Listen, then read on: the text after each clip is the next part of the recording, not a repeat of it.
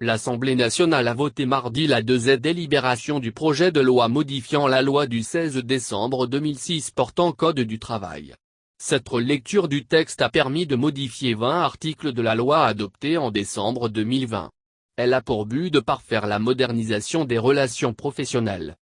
Les modifications portent sur les dispositions des articles 9, 10, 11, 13, 14, 15, 17, 21, 28, 309, 322, 323, 324, 325, 326, 327, 328, 330, 331 et 332. Elle s'inspire, pour l'essentiel, des législations et règles en vigueur dans les pays de la sous-région. Relativement aux conditions et aux modalités de création des syndicats professionnels, les principales modifications portent sur plusieurs aspects. Entre autres, les formalités de création et de déclaration des syndicats professionnels faisant obligation aux fondateurs de communiquer à l'administration des documents relatifs au statut, au rapport de l'Assemblée nationale constitutive, la liste comportant les noms et prénoms, la date et lieu de naissance, la nationalité, le domicile, la qualité, la profession et le casier judiciaire des dirigeants. Les mécanismes de vérification de la transparence financière des syndicats dont les responsables sont tenus de communiquer à l'administration un rapport annuel d'activité. What are you looking for? Search.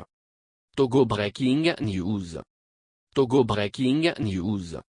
Home politique. Modification du nouveau code du travail par le Parlement. Togo, Jean-Pierre Fabre exprime à nouveau son mécontentement à Boukpessi.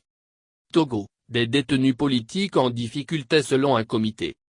Paul Missiabeto jeté en prison pour diffusion de fausses nouvelles. Président de parti au Togo, candidat au régional en France. Société. Togo, augmentation du prix du transport interurbain. Lomé, première grande pluie avec la hantise de l'inondation. Un incendie survenu à Kekeli efficient Poé. Carburant, hausse inopportune selon Tama, le gouvernement s'explique. Togo, le prix du carburant repart à la hausse. Économie.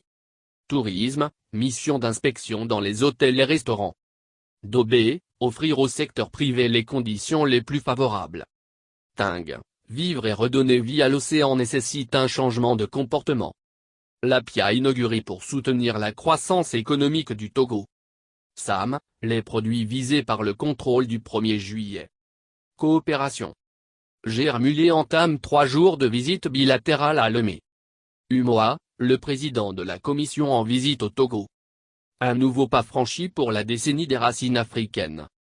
Passage à Lomé du président du comité interparlementaire de l'UMOA. Gambie, Adama Barrow sollicite un soutien de Forgna Simbé. Éducation. Kokoroko annonce la rénovation du lycée de Cesaro Mazada. Off. 3 milliards pour valoriser les résultats de la recherche. Arebode se lance dans la promotion de l'excellence scolaire. Des enseignants dispersés à Lomé par les forces de sécurité. Université de Lomé, Kokoroko décrète la vaccination contre Covid-19. Catégorie. Politique modification du nouveau code du travail par le Parlement. Biloui Kamako publie de 2 heures à Go. Riche reçu en Google Searching for Travel Gilbert Bavara, ministre en charge du travail lors des travaux au Parlement TEVIE, 231. L'Assemblée nationale a voté mardi la deuxième délibération du projet de loi modifiant la loi du 16 décembre 2006 portant Code du travail.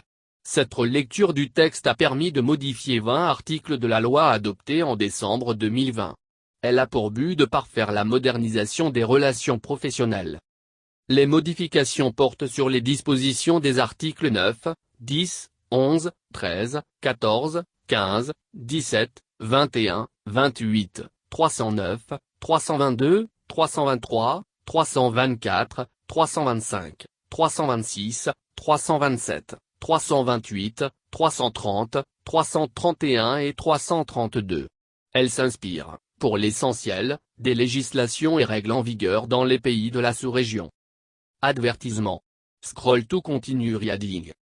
Relativement aux conditions et aux modalités de création des syndicats professionnels, les principales modifications portent sur plusieurs aspects.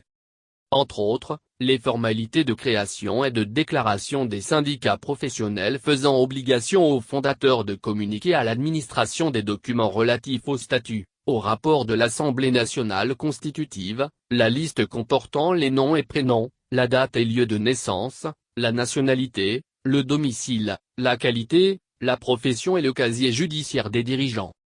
Les mécanismes de vérification de la transparence financière des syndicats dont les responsables sont tenus de communiquer à l'administration un rapport annuel d'activité. Avertissement. Scroll to continue reading.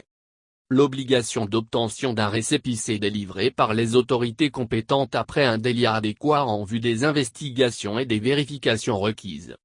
Code du travail et dialogue social. Les conditions d'accès aux fonctions d'administration et de direction de syndicats pour tout ressortissant étranger et l'obligation de renouvellement des organes dirigeants des syndicats professionnels. S'agissant des conditions et modalités d'exercice du droit de grève, les modifications formulées concernent essentiellement l'affirmation de l'attachement de l'État togolais au respect du droit de grève, les conditions d'une grève licite et l'encadrement plus strict de l'exercice de la grève entre autres points. Le nouveau code du travail en question a été adopté le 29 décembre 2020.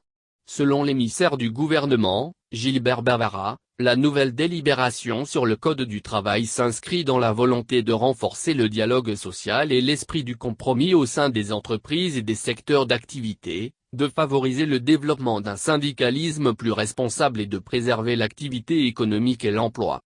Dans son discours de circonstance, Yavad Zegan a précisé que la relecture d'une loi déjà adoptée par la représentation nationale est un exercice constitutionnel. Conformément à l'article 67 de la Constitution, le président de la République peut dans un délai de 15 jours à compter de l'adoption de la loi par le Parlement, demander une nouvelle délibération de la loi ou de certains de ses articles, notamment pour remédier à une déclaration d'inconstitutionnalité ou prendre en compte d'autres enjeux majeurs, a rappelé la présidente de l'Assemblée nationale.